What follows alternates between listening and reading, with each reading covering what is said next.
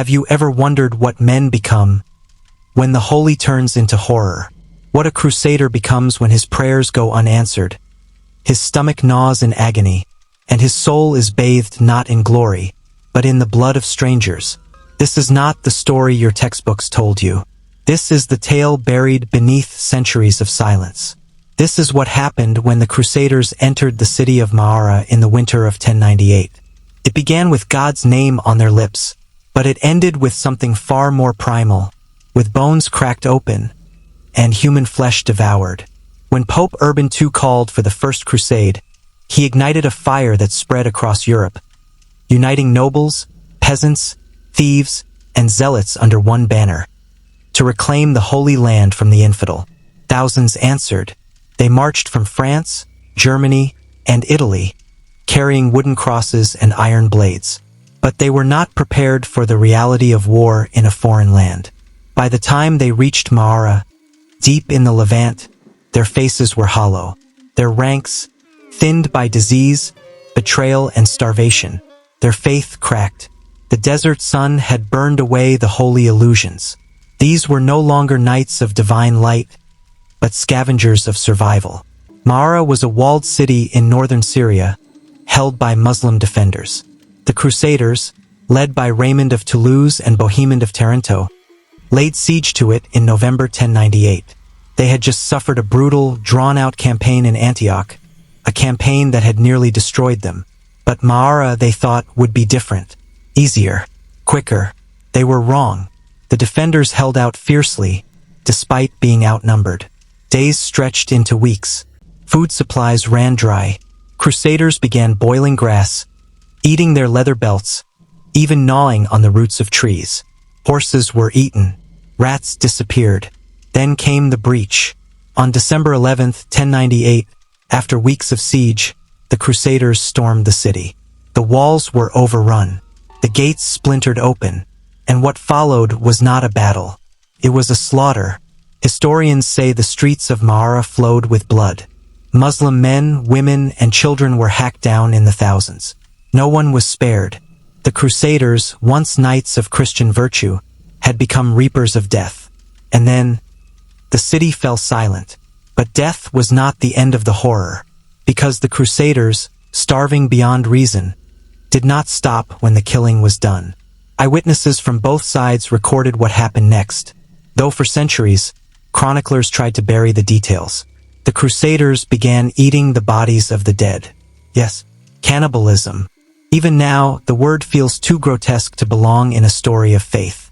But the records are clear.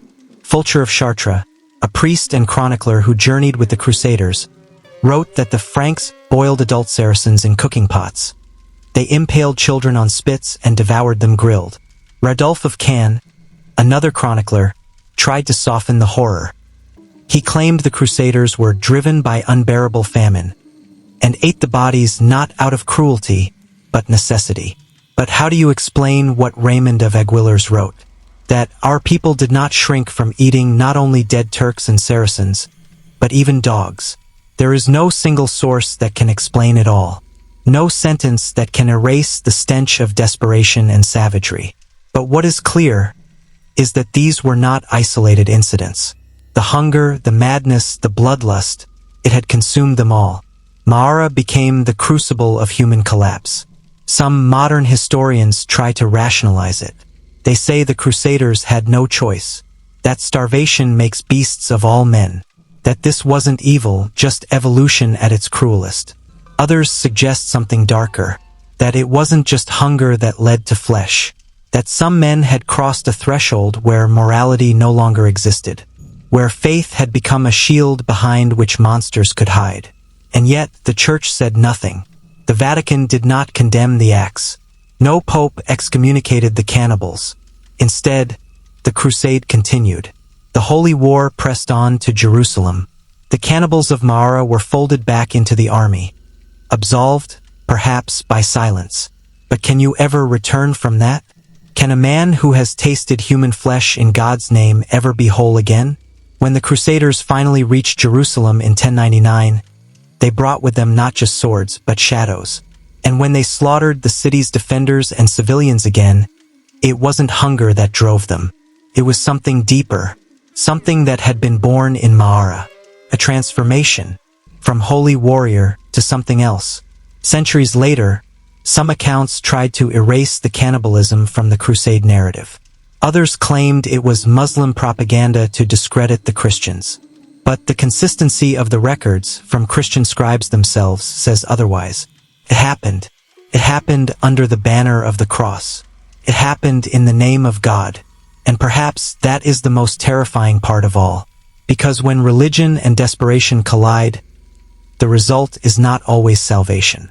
Sometimes it's Arra, a place where the line between man and monster disappeared, a city where the saints feasted like demons, and a moment in history we were never meant to remember. But now that you do, ask yourself, was it just hunger? Or did Arra reveal a forbidden truth, that beneath the armor of every crusader was a beast waiting to be unleashed?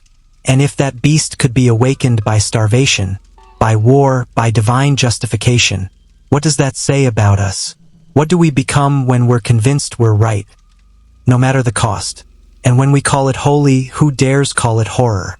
Welcome to the forbidden history of Arra. Now you know why they ate the dead, and why history tried to bury the bones.